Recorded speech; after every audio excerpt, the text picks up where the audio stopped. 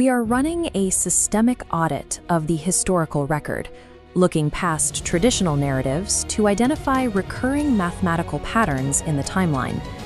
The query focuses on a specific numeric constant, a series of 800-year intervals that appear between major geopolitical shifts and the rise of dominant leaders. We begin with a side-by-side comparison of the data logs for two major historical figures, the Roman Emperor Augustus and the Frankish King Charlemagne. Augustus dies in 14 AD. Charlemagne's death is recorded in 814 AD, placing the end of their reigns exactly 8 centuries apart.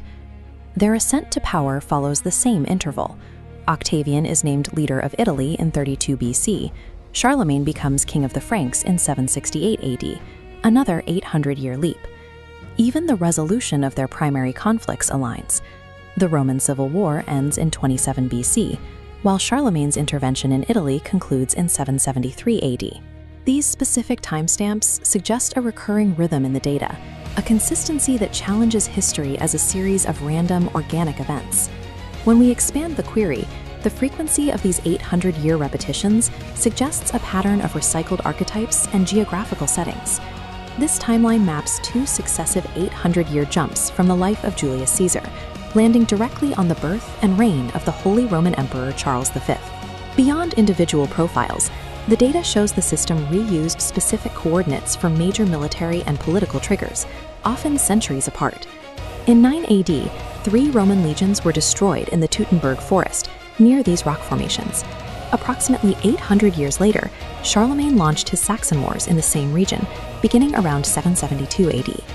The cycle returns a third time in 1648, with the Peace of Westphalia negotiated nearby, closing a conflict that mirrored the territorial struggles of those previous eras.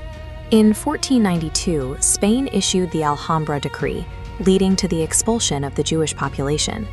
Nearly 8 centuries earlier, in 694 AD, the Council of Toledo had issued a strikingly similar demand for the elimination of Judaism from the Visigothic kingdom. The recurrence of these event triggers at the same map coordinates suggests the historical record may be built upon a foundation of limited, repeating scenarios. On a macro scale, massive global catastrophes also appear to trigger on these 800-year cycles, functioning like a recurring script. Consider the invasions of Rome. The first major sack by the Celts is recorded around 390 BC. Exactly 800 years later, the Visigoths breached the city in 410 AD. The sequence repeats again in 1204, when the Franks and Latins sack Constantinople, the city founded to be the new Rome. Even disease follows this schedule. The Justinian plague strikes in 542 AD, followed roughly 800 years later by the Black Death in 1347. Both pandemics hit Constantinople with similar intensity. The data for massive nomadic invasions follows a similar rhythm, beginning with the Huns in the mid-5th century. Roughly 800 years later, the Mongol invasions follow the same geographical paths across China and Europe, often leading historians to draw direct comparisons between the two groups. The frequency of these large-scale, timed repetitions suggests that history functions more like a procedurally generated narrative than an organic progression of time. If the timeline is built on recurring loops, we have to consider the origin point of the system itself. A close analysis of the data suggests that the simulation of our current reality may have initiated during the Renaissance, around the 1500s.